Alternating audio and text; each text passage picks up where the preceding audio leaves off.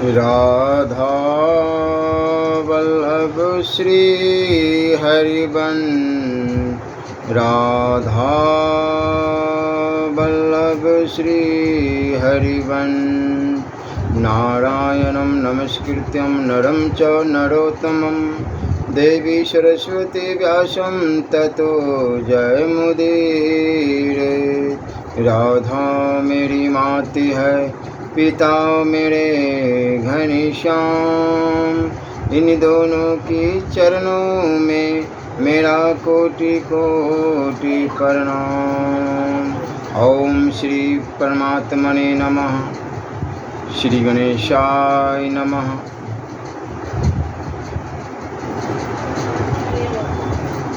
नाशवान की आवश्यकता भी वास्तव में कामना में ही भर्ती होती है। आवश्यकता वास्तव में परमात्मा की ही है, जिसकी पूर्ति एक बार और सदा के लिए होती है। भोग तो रहते हैं पर मनुष्य मर जाता है। अतः वास्तव में मनुष्य ने भोगों को नहीं भोगा, परंतु भोगों ने ही उसको भोग लिया, खत्म कर दिया। भोगों की इच्छा वाले को भगवान भोग योनि देते हैं। मनुष्य कर्म करता है स्वतंत्रता से, पर फल भोगता है परतंत्रता से। मनुष्य को आयु बढ़ भी सकती है और घट भी सकती है। आयु श्वासों पर निर्भर है। आयु निश्चित है क्योंकि श्वास भी निश्चित है, परंतु पाप करने से श्वास तेजी से चलते हैं, जिससे श्वास जल्दी खत्म हो जाते हैं। सांसारिक वस्तु की प्राप्ति के लिए कर्म परिश्रम कारण है, पर परमात्मा की प्राप्ति के लिए कर्म कारण नहीं है, परंतु विवेक तथा विश्वास कारण है। विवेक और विश्वास से करण निरपेक्ष साधन होता है। परमात्मा की प्राप्ति क्रिया की सिद्धि नहीं है, उसे जान लो या मान लो। ज्ञान मार्ग में जानने की और भक्ति मार्ग में मानने की मुख्यता है। जो मौजूद है उसी को प्राप्त करना है। नित्य प्राप्त को प्राप्त करने में निराश नहीं होना चाहिए। वह है और हमारा है, केवल आपकी उत्कट अभिलाषा चाहिए। घर खर्चा इतना ही है। जैसे आपने हरिद्वार को याद किया तो आपका मन ही जल पत्थर घंटा घर मनुष्य आदि सब कुछ बन गया। इससे क्या परिश्रम पड़ा। जैसे ही अकेले भगवान ही सब कुछ बन गए, कोई परिश्रम नहीं पड़ा। जो परमात्मा तत्व को प्राप्त हो चुके हैं, जिनमें किसी तरह की इच्छा नहीं है, वे भी भगवान के गुणों का गान करते हैं। आत्माराम मुक्त महापुरुष भी भगवत प्रेम चाहते हैं, भगवत कथा कहते हैं, सुनते हैं, कीर्तन करते हैं। गोपियों के लिए आया काम शब्द प्रेम का वाचक है। प्रेम कामना तो संसार की ही होती है। संधे शक्ति कलो युगे।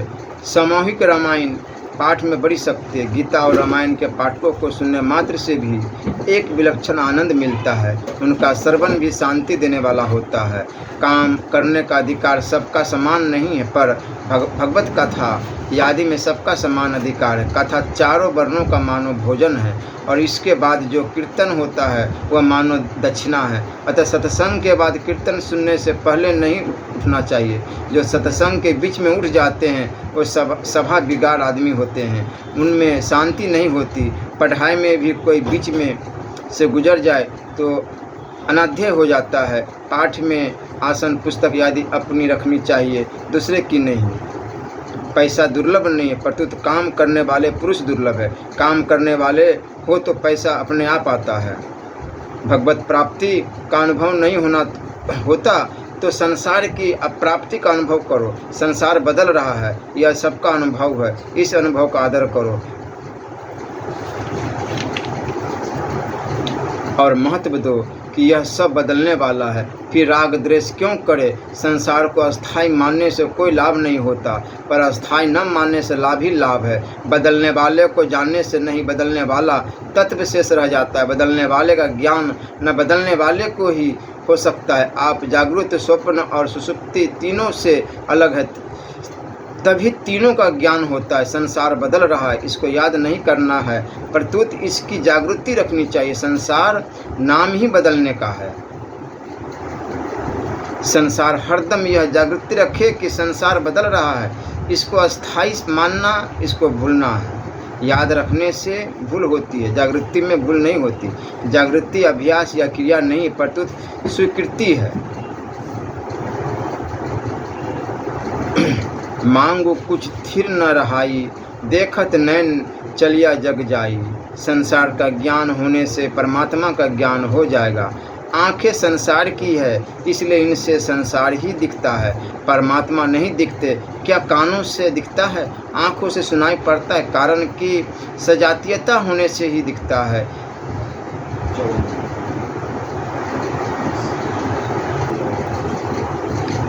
यह भगवान का नैमित्तिक अवतार है। संत महात्माओं का नित्य अवतार होता है। संत महात्माओं का अवतार भी वास्तव में भगवान का ही है। विनाश करने का काम तो भगवान का है, पर भक्तों का काम शुद्ध भावों का प्रचार करना है। कीर्तन, रामायण पाठ आदि का होना भी भगवान का अवतार है। कीर्तन पाठ आदि से हृदय में शांति मिलती है, आनंद होता है, यह अवतार है। कीर्तन करते हैं तो प्रसन्नता होती है और मन करता है कि कीर्तन करते ही जाए। यह भी भगवान के प्रतिक्षण वर्धमान प्रेम का अवतार है। जब जब ऐसा सत्संग का मौका मिलता है तब तब भगवान प्रकट होते हैं। ऐसे अवसर का लाभ ले लेना चाहिए।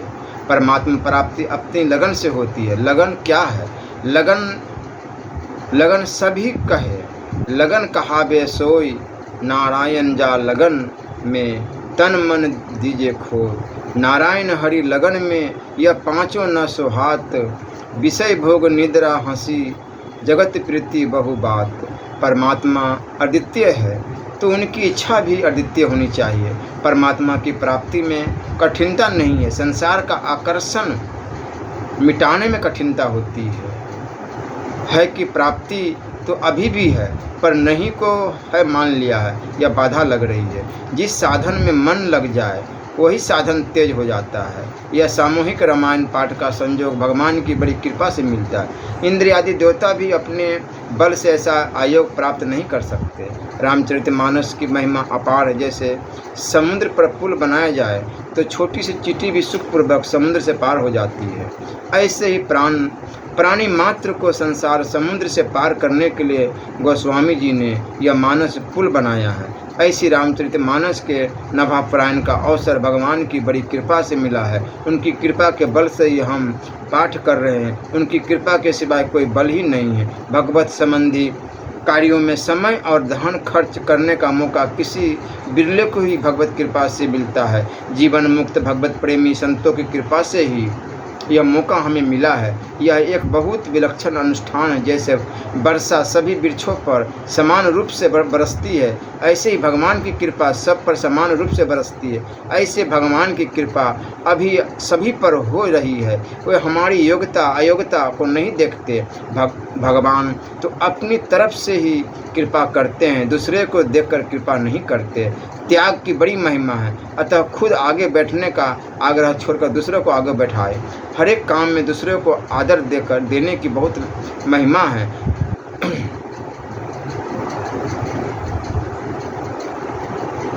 सबकी सेवा भगवान की सेवा है। संसार रूप भगवान की सेवा है। विराट रूप भगवान की सेवा है।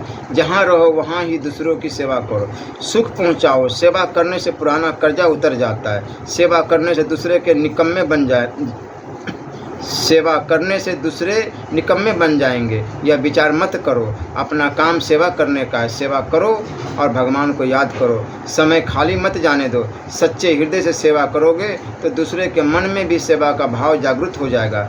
यदि ऐसा न हो तो समझो कि आपकी सेवा में कुछ कमी है। सकाम भाव है।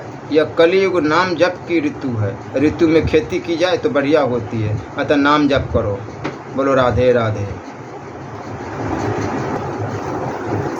आप गृहस्थ आश्रम में भगवान श्री राम की तरह रहे, पर यह देखें कि उन्होंने माता पिता भाई पत्नी आदि के साथ कैसा बर्ताव किया है। राम जी ने कभी किसी का हित नहीं किया, सबका हित ही हित किया।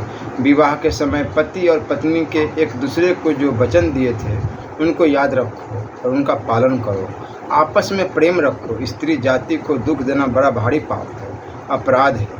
भीष्म जी के हृदय में स्त्री के प्रति कितना आदर था कि उन्होंने मरना स्वीकार कर लिया पर शिखंडनी पर बाण नहीं चलाया। वो कितनी मर्यादा रखते थे। स्त्री पर हाथ चलाना, उसका तिरस्कार करना घोर पाप है। स्त्री को भी चाहिए कि वह पति का तिरस्कार अपमान न करे। पति को अच्छी सलाह देने का उसको अधिकार है। बहू के सामने उसके माता पिता की निंदा कभी मत करो। कन्या का गर्भपात बड़ी भारी हत्या महापाप है। कन्या वंश की वृद्धि करने वाली मातृ शक्ति है। गीता में आया है, नास्तो विदते भावो न भावो विदते सतः, असत की तो सता विद्यमान नहीं है और सत्य का अभाव विद्यमान नहीं है। सब शास्त्रों का सार इस आधे श्लोक में आ गया है। सब शास्त्र इसकी व्याख्या है। संसार में नाश के सिवाय कुछ नहीं है। सृष्टि मात्र का प्रवाह प्रलय की ओर जा रहा है। मनुष्य शरीर मृत्यु की ओर जा रहा है। इसका कोई भी क्षण स्थिर नहीं है। वहम हो रहा है कि हम जी रहे हैं, वास्तव में निरंतर मर रहे हैं। इसे याद नहीं रखना है, इसकी जागृति रखनी। जैसे हम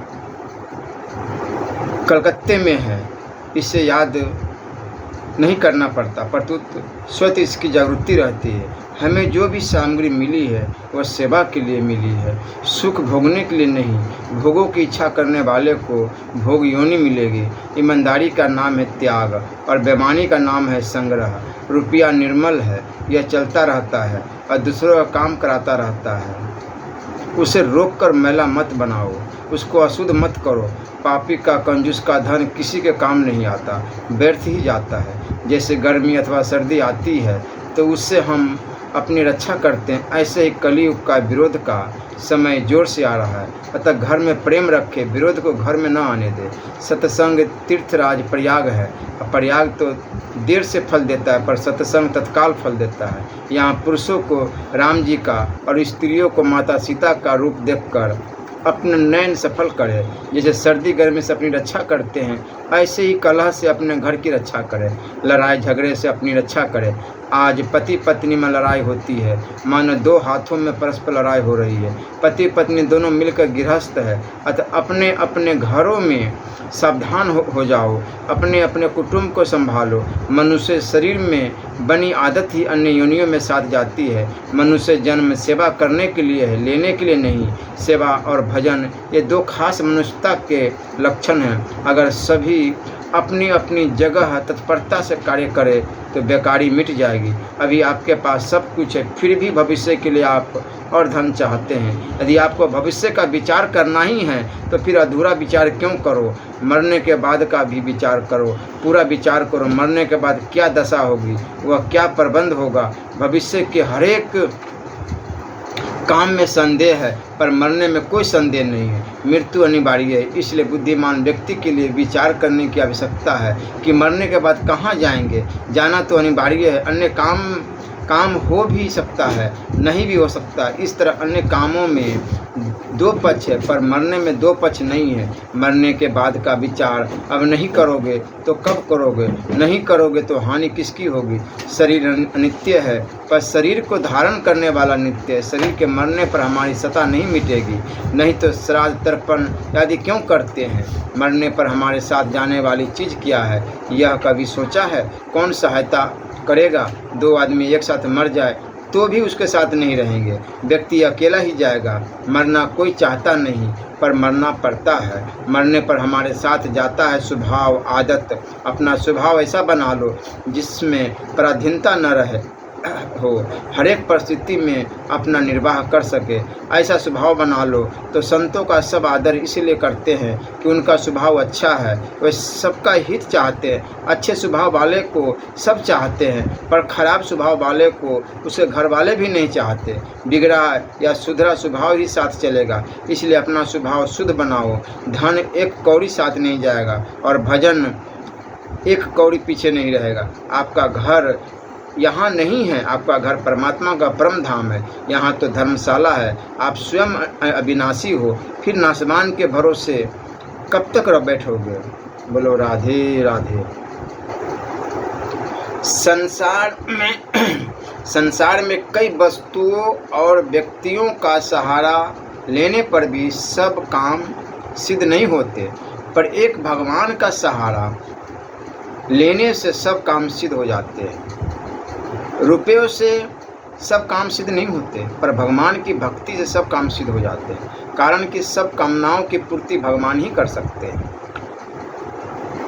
अकामः सर्वकामो वा मोक्षकामः उदारधि त्रिवेणी भक्ति योगेन अजते पुरुषः परः जो बुद्धिमान मनुष्य है वह चाहे संपूर्ण कामनाओं से रहित हो, चाहे संपूर्ण कामनाओं से युक्त हो, चाहे मोक्ष की कामना वाला हो, उससे तो केवल तीव्र भक्ति योग के द्वारा परम पुरुष भगवान का ही भजन करना चाहिए। एक परमात्मा की प्राप्ति होने पर फिर कुछ भी जानना करना और पाना बाकी नहीं रहता। संसार का सुख का नमूना तो आपने देख ही लिया है, अब बाकी क्या रहा। अब एक भगवान में लग जाओ, एक बार अपने को उनके अर्पण कर दिया, अब दोबारा देने की क्या बाकी रहा। कलियुग में विशेष सावधान रहने की जरूरत है। कली प्रभाव विरोध चहु ओरा।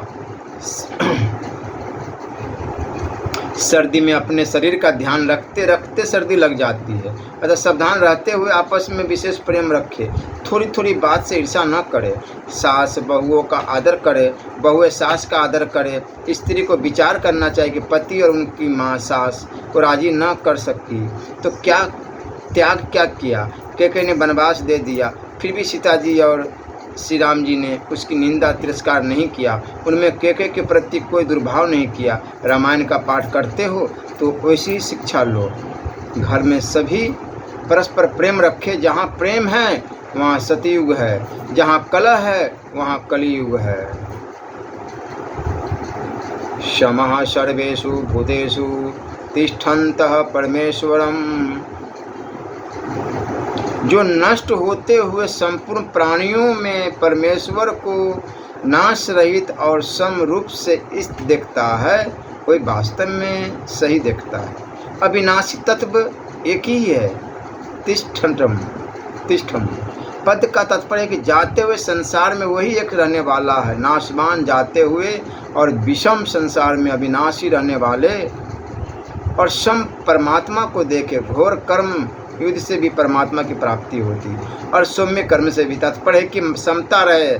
समता ही साधन और समता ही साध्य है। जिसमें समता आ गई वह सिद्ध हो गया। घोर कर्म में भी वही तत्व है और सौम्य कर्म में भी वही तत्व है। कर्म तो रहेगा नहीं पर तत्व वही रहेगा। अनुकूलता में भी वही तत्व है और प्रतिकूलता में भी वही तत्व है। करेंगे यह सच्ची बात है और मरेंगे यह सच्ची बात है, पर लोग मरेंगे को तो भूल गए, करेंगे को पकड़ लिया। शरीर तो प्रतिक्षण मुर्दा हो रहा है। जैसे व्यापारी वस्तु को न देखकर रुपया देखता है और कोयले लकड़ी आदि के व्यापार से भी रुपया निकाल लेता है, ऐसे ही सब में एक ही परमात्मा तत्व को देखे।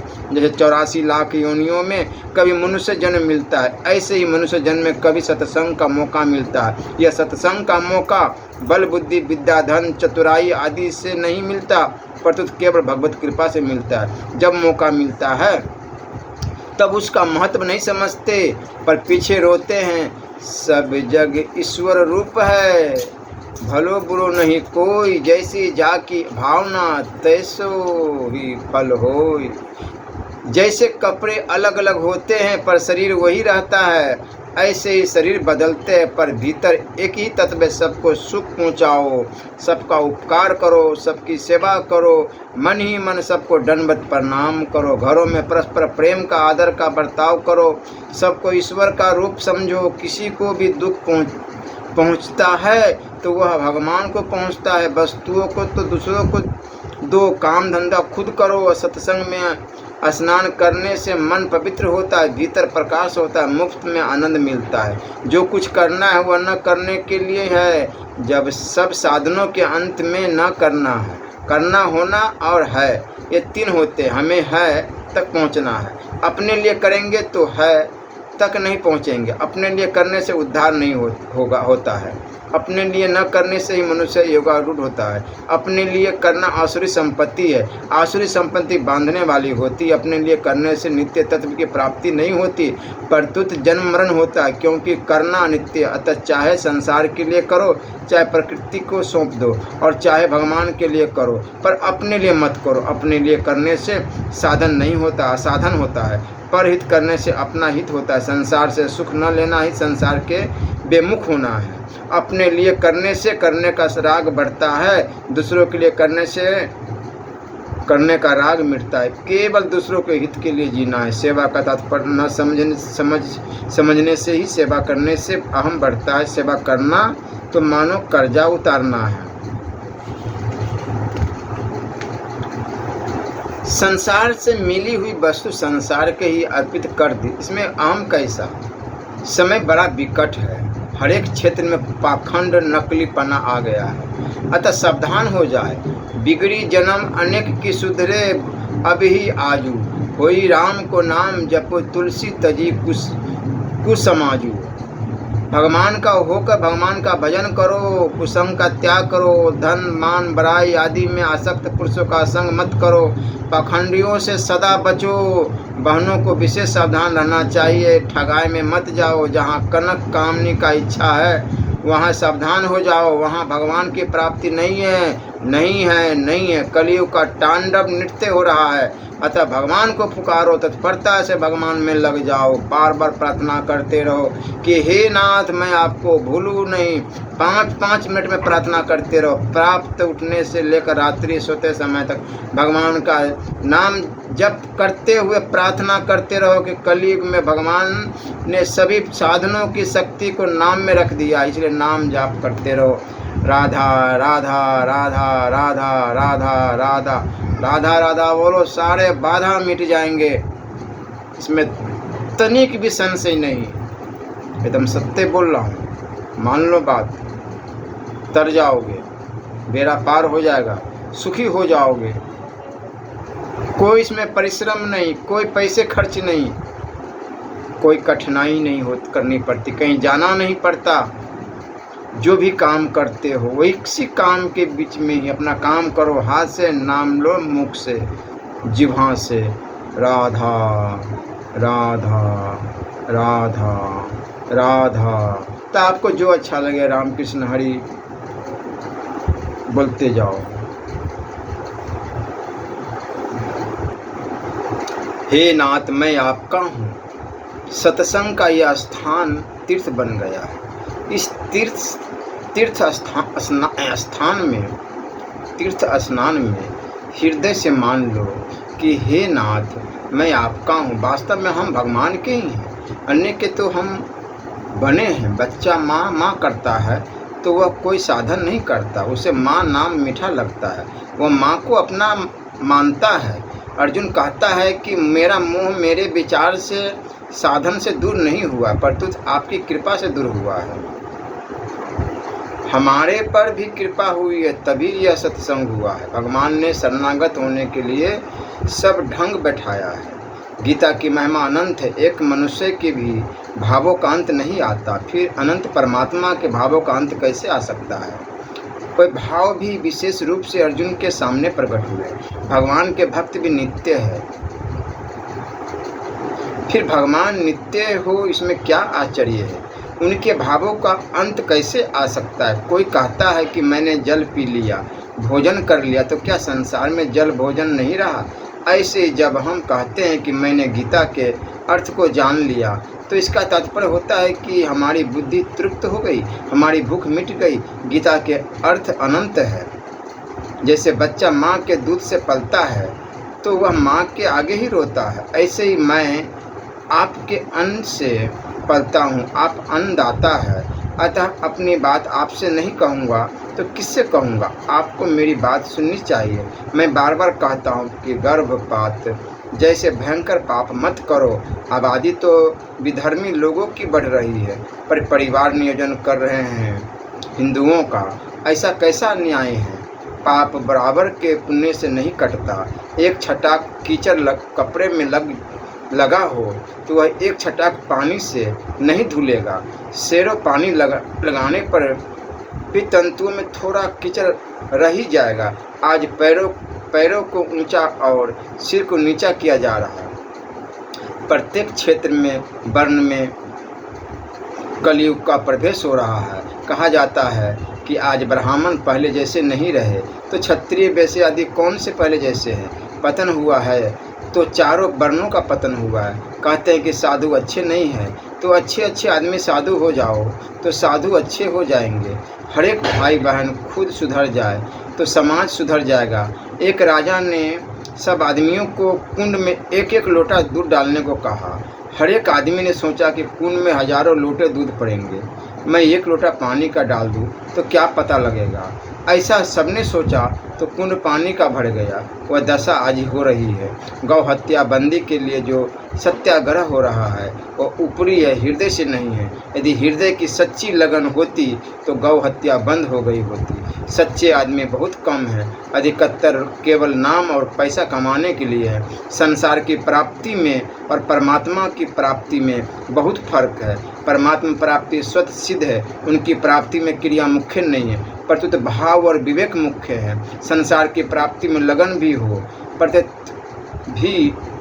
प्रयत्न भी हो और प्रारब्ध भी हो। आप संसार की वस्तुओं को चाहते हैं पर वस्तुएं आपको नहीं चाहती, परंतु परमात्मा आपको चाहते हैं।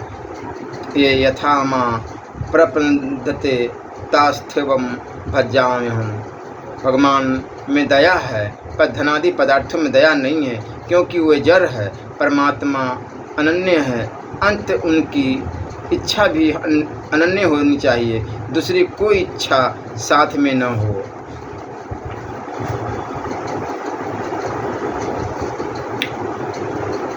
दुविधा में दोनों गए, माया मिली न राम। परमात्मा एक है तो उनकी इच्छा भी एक चाहिए। अनन्य भाव से भगवान सुलभ हो जाते हैं। संसार उत्पन्न नष्ट होने वाला है पर परमात्मा मौजूद है। वे हर एक देश काल वस्तु आदि में ज्यों का त्यों रहते हैं। केवल उनकी प्राप्ति की लगन होनी चाहिए। केवल परमात्मा की तरफ दृष्टि करनी है पर और तरफ दृष्टि नहीं रखनी चाहिए। एक को चाहने से सब मिल जाता है पर सब चाहने से कुछ नहीं मिलेगा। भगवान में हमसे मिलने की बहुत इच्छा है पर हमारी भी इच्छा हो जाए तो चट काम हो जाए। भागवत में आया है कि भक्त पर कोई ऋण नहीं रहता, फिर कर्म योगी और ज्ञान योगी पर ऋण रहता होगा। भक्ति से तत्व ज्ञान होने से और कर्म योग से तीनों से मनुष्य पर कोई ऋण नहीं रहता, तीनों ऋण मुक्त हो जाते हैं। आपके नाम में स्वामी और दास दोनों परस्पर विरुद्ध शब्द क्यों? मेरे नाम में स्वामी का अर्थ मैं मालिक नहीं मानता। स्वामी तो एक जाति है, दास इसलिए है कि मुझे दास्य भाव अच्छा लगता है। रामायण में शंकर जी के लिए भी आया है कि सेवक स्वामी सखा सिए पिए पी के। जो फलजनक होता है वह कर्म होता है और जो फलजनक नहीं होता वह क्रिया होती है। कर्तृत्वाभिमान और फलेच्छा ये दो बांधने वाले, यदि वे दोनों न हो तो कर्म बांधते नहीं। यस्य नहा कृत्तो भावो बुद्धस्य न लिप्यते। जिसका अहंकृत भाव मैं करता हूँ ऐसा भाव नहीं है और जिसकी बुद्धि लिप्त नहीं होती वह युद्ध में इन संपूर्ण प्राणियों को मारकर भी न मारता है और न बंधता है। कर्म तीन प्रकार के होते हैं, क्रियमान, संचित और प्रारब्ध। क्रियमान से संचित होते हैं, संचित से प्रारब्ध बनता है और प्रारब्ध से जन्म, आयु और भोग, ये तीन होते हैं। सती मूले तदीपा को जात्यायुधो युधर्भोगा। मनुष्य योनि भोगों को भोगने वाले के लिए भोग योनि अथवा कर्म योनि है, परंतु अपना कल्याण चाहने वालों के लिए यह साधन योनि है। क्या मनुष्य की आयु बढ़ घट भी सकती है? हाँ, मनुष्य की आयु श्वासों पर निर्भर है। श्वासों की संख्या निश्चित है पर श्वास तेजी से अथवा मंद गति से चलने पर आयु घटती बढ़ती भी है। मनुष्य शरीर जन्म मरण के चक्र से छूटने के लिए एक द्वार है। मनुष्य शरीर में क्रियामान कर्म बनते हैं, क्रियामान से संचित बनता है, संचित से प्रारब्ध बनता है और प्रारब्ध से मनुष्य शरीर मिलता है। यह चक्र है। इस चक्र से छुटकारा मनुष्य जन्म में ही हो सकता है। साधन धाम मोक्ष कर द्वारा। सबके संप कर्म साधन है। प्रत्येक परिस्थिति साधन सामग्री है। जन्म मरण का आरंभ भी मनुष्य शरीर से हुआ है और अंत भी मनुष्य शरीर से ही होगा। शास्त्र में जन्म मरण का मूल कारण अज्ञान माना गया है। अज्ञान में वास्य ही मूल कारण। ज्ञान के अभाव का नाम अज्ञान नहीं है। अज्ञान नाम अधूरी जानकारी का है। अधूरा ज्ञान बड़ा खतरनाक होता है। आजकल अधूरी जानकारी से ही अपने को ज्ञानी कहने की रिवाज हो गई है। पर उपदेश कुशल बहु तेरे जे आचरहि ते नर न घनेरे। मनुष्य शरीर मिल गया तो मानव मुक्ति का अधिकार मिल गया। सभी योनियां मनुष्य शरीर से किए कर्मों से ही मिलती है। मनुष्य शरीर सबसे दुर्लभ है। मनुष्य शरीर की महिमा उसके सदुपयोग की है। जिस वस्तु का दुरुपयोग करोगे वह वस्तु पुनः नहीं मिलेगी, यह नियम है।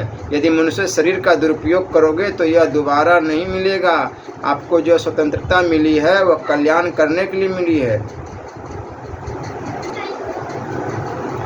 प्रारब्ध फल भुगताता है और स्वभाव नए कर्म करवाता है। भगवान है, वे मिलते हैं और वे मेरे को मिलेंगे, ऐसा विश्वास हो जाए तो जल्दी कल्याण हो जाएगा। सब कुछ भगवान ही है, इसकी अपेक्षा सब भगवान के हैं। सबके मालिक भगवान है, यह मानना सुगम है। मालिक होते हुए भी वह बर्फ में जल की तरह सब में परिपूर्ण है। केवल भगवान ही भगवान है, यह उनकी कृपा से ही जान सकते हैं। जब वे जाएंगे तभी जानेंगे। सोई जाने यही देहु जनाई। अपनी बुद्धिमानी से, चतुराई से उनको नहीं जान सकते। अब अपने में कोई भी कामना न हो, एक भगवान के सिवाय कोई चाह न हो, तब वो जनाते हैं। जब तक दूसरी वस्तुओं की इच्छा है तब तक कमजोरी है। चाह होने से ही चिंता मिटती है। चाह होने से चिंता मिटती नहीं, चिंता होती है। कोई चाह न हो तो चिंता आ नहीं सकती। जीने की भी इच्छा न हो, इच्छा होने से मनुष्य संसार का गुलाम होता है। जो संसार का गुलाम है वह भगवान का गुलाम कैसे होगा। संसार की सेवा तो करे पर उसको अपना न माने। संसार से केवल सेवा का संबंध रखे। संसार खुद तो टिकेगा नहीं, पर आपको परमात्मा प्राप्ति से वंचित कर देगा। मिलेगा कुछ नहीं। आपके बिना भोजन संसार बिगड़ जाएगा, पर भोजन के बिना आप नहीं बिगड़ते। अतः संसार की गुलामी मत करो, अपने को उसके अधीन मत मानो। जो सबसे दुर्लभ वस्तु है वह सबके लिए सुलभ है। परमात्मा सबके लिए सुलभ है, क्योंकि वह सब जगह परिपूर्ण है। जैसे बूंदी में जो मिठास है वह चीनी की है, ऐसे संसार में जो सत्ता प्रतीत होती है वह परमात्मा की है। यह परमात्मा की ही झलक है। भक्ति चाहते हैं तो भगवान में अपनापन करें। किसी क्रिया से भक्ति प्राप्त नहीं होती। शास्त्रों में भी क्रिया की मुख्यता पाई जाती है, परंतु संबंध जोड़ने के लिए अभ्यास नहीं करना पड़ता। संबंध तत्काल होता है और जब तक छोड़ना ना चाहे छूटता नहीं। भक्ति में अपनापन है, अपनेपन से प्रियता होती है।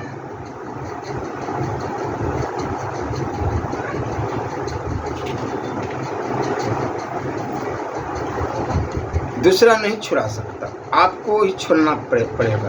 भक्ति की खास बात है कि भगवान को अपना मान ले, हम कैसे ही हो।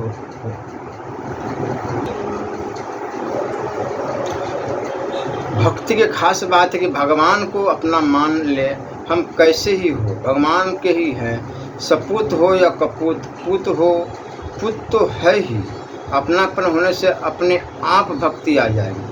दूर वही होता है जो पहले से ही दूर है। शरीर दूर हो जाएगा तो अभी भी शरीर आपसे दूर है। मन बुद्धि भी दूर है, तभी उनको आप मेरा कहते हैं। ये सब आपसे अलग है, पर आप भूल से शरीर को मैं मान लेते हैं। श्रृंगार करते हैं तो कहते हैं कि मैं सुंदर हो गया। वास्तव में सुंदर आप नहीं हुए, शरीर हार मान सुंदर हुआ है। शरीर अभी भी मुर्दा है, तभी यह मुर्दा होता है। संबंध तत्काल सिद्ध होता है, इसमें अभ्यास नहीं करना पड़ता।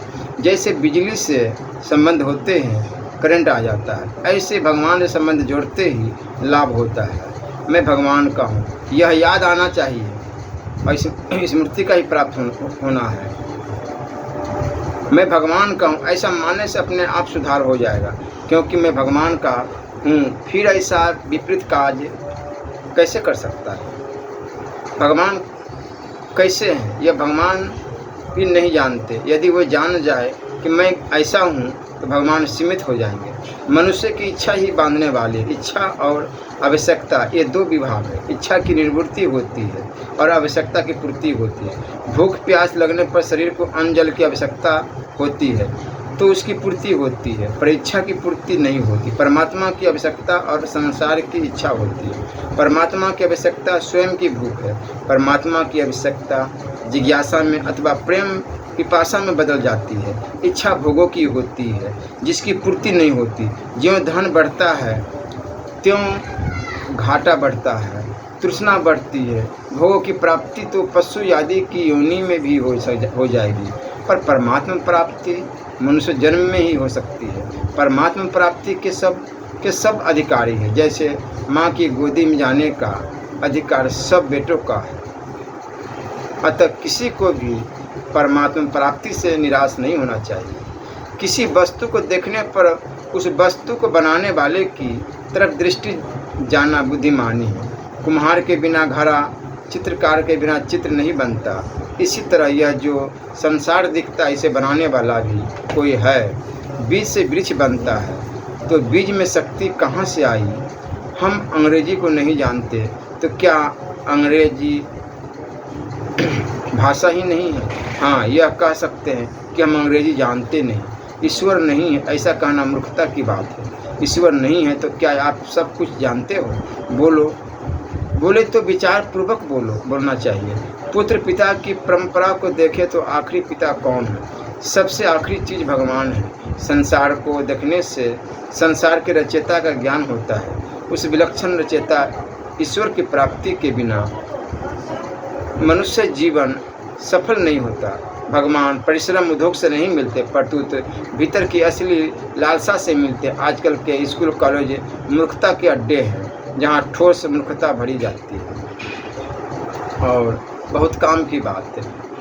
मान लिया बहुत पढ़ाई किया, बहुत नाम पद प्रतिष्ठा बहुत पा लिए, लेकिन यदि आप समाज का काम नहीं आए, राष्ट्र का काम में नहीं आए, तो पढ़ना, ज़्यादा पद प्रतिष्ठा होना व्यर्थ में चला गया। क्योंकि आप अपने लिए किया, और अपने लिए तो पशु भी करते हैं अपना व्यवस्था, खान पान रहने सहने की व्यवस्था। इसलिए ज़्यादा पढ़ा लिखा अच्छा पद प्रतिष्ठा का मतलब होता है कि दूसरों को सहायता, समाज की सहायता, राष्ट्र की सहायता, राष्ट्र का सहयोग। कलयुग में पाप होने की बात शास्त्रों में आई है। फिर जो लोग पाप करते हैं उनका क्या हो दोष? शास्त्रों में लिखा है कि कलयुग में ऐसा होगा, यह नहीं लिखा है कि ऐसा करना चाहिए। शास्त्रों का तात्पर्य है कि कलयुग में ऐसा होगा, अतः सावधान हो जाओ। यदि समय के अनुसार चलना चाहिए तो सर्दियों में गर्म चीज़ क्यों लेते हो? गर्मी में ठंडा पानी क्यों पीते हो? कल्याण एक निष्ठ होने पर होता है। वह निष्ठा चाहे गुरु में करे, चाहे नाम में करे, चाहे धाम लीला आदि में करे। हरि व्यापक सर्वत्र समाना, प्रेम ते प्रगट हो ही मैं जाना। यदि अंत जन अनंत के सारे कारज सोई, जे ही जीव उर नच्यो, धरे ते ही ढिग प्रगट होई। जैसे रोगों का संक्रमण होता है, ऐसे ही पापों का भी संक्रमण होता है। जहाँ शमशान है वहाँ बैठकर देखो, और जहाँ संतों की समाधि है वहाँ बैठकर देखो, तो दोनों में फर्क दिखेगा। शमशान में मन में हलचल होगी, समाधि में शांति मिलेगी। पहले मनुष्य में पशुता नहीं थी, अब पशुता आ गई है। यह नई रोशनी आई है। गीता में समदर्शन की बात आई है, संवर्तन की नहीं। संवर्तन तो पशुओं में होता है। भगवान सब में समान है, पर मर्यादा समान नहीं है। वर्ण आश्रय आदि की मर्यादा अलग अलग है। घी और शहद दोनों अच्छे हैं, पर उन्हें समान मात्रा में करने से जहर हो जाता है।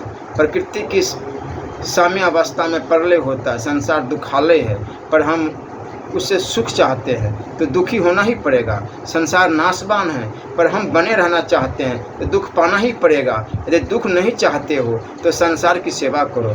सुख चाहने से दुख बढ़ता है और सेवा करने से सुख मिलता है।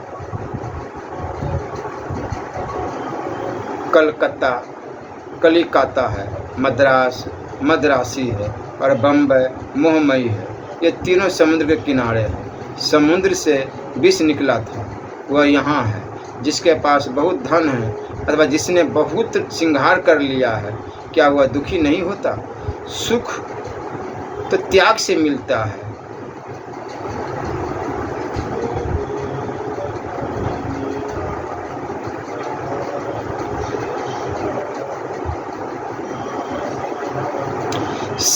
जब से जीव परमात्मा से बेमुख हुआ तब से पाप होना प्रारंभ हुआ। इसलिए भगवान कहते हैं कि सन्मुख होई जीव मोहि जबहि, जन्म कोटि अगनाश ही तभी।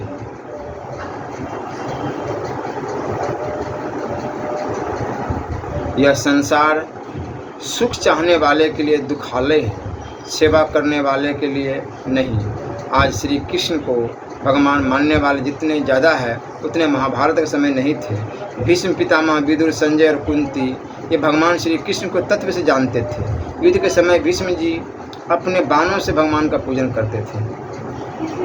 स्वकर्मणा तम भट्टरिस। मुझ आतताई ने तीखे बाण मारकर उनके शरीर का कवच तोड़ डाला था। जिससे सारा शरीर लहूलुहान हो रहा था। अर्जुन के रोकने पर भी वह लहूलुहान हो रहा था। अर्जुन के रोकने पर भी वह बलपूर्वक मुझे मारने के लिए मेरी ओर दौड़े आ रहे थे। वही भगवान श्री कृष्ण जो ऐसा करते हुए भी मेरे प्रति अनुग्रह और भक्त वत्सलता से परिपूर्ण थे। मेरी एकमात्र गति आश्रय हो।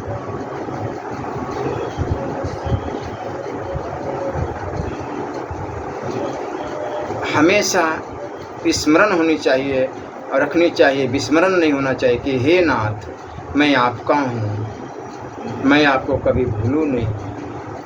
हे नाथ, हे करुणा निधान, मैं कभी आपको भूलूँ नहीं। सुख की इच्छा के बिना दुख हो ही नहीं सकता। सुख की इच्छा दूसरों को सुख देने से मिटती है। मनुष्य के लिए खास सोचने की बात है कि मेरा कौन है। संसार साथी सब स्वार्थ के, पक्के विरोधी परमार्थ के है। देगा न कोई दुख में सहारा, सुन तो किसी की मत बात प्यारा। सूर्य नर मुनि सबके यह रीति, स्वार्थ लागी करहि सब प्रीति।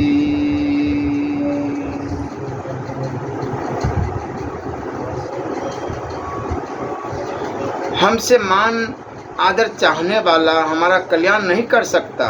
हम सुख सुविधा मान आदर के ग्राहक है तो परमात्मा कैसे मिलेंगे। चाहते हैं तो दुख में, निरादर में, अपमान में, बुखार में, पीड़ा में आनंद आना चाहिए। जो ईश्वर का ग्राहक होता है उसे संसारिक सुख सुविधा मान बड़ाई अच्छी नहीं लगती। ज्ञान विवेक संसार से हटने के लिए है और विश्वास परमात्मा में लगाने के लिए है। राधा वल्लभ लाल की जय।